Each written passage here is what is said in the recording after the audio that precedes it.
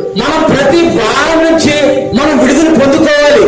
ప్రతి భారం నుంచి మనం విడుదల పొందుకొని మనం ఆస్వాదింపబడి మన కుటుంబాలు కట్టబడి మన కుటుంబాలు ఆయనలో దినదినము వెలిగించబడి అనేకులకు ఆశీర్వాదకరంగా ఉండాలని మనం అనుకోవడం మంచిదే. కానీ దేవుని వాక్కు చెబుతుంది రాత్రికాల సమయంలో ఆయన వాక్కు ద్వారా మనతో మాట్లాడుతున్నారు.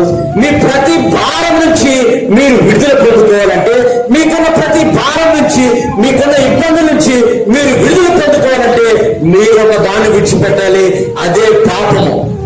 అదే పాపము. పాపాన్ని విడిచిపెట్టాలని దేవుడు అంటున్నాడు. పాపం అంటే ఏంటండి అని మీరు అడగవచ్చు. దేవుని మాట వెనకపోవటమే పాపము. దేవుని మాటకు లోపడపోవటమే పాపము. దేవుడితో సత్సంబంధం కలిగి జీవించకపోవటమే పాపము. దేవుడికి ఇవ్వాల్సిన సమయము మనం ఇవ్వకపోవటమే పాపము. దేవుడి యొక్క మాటకు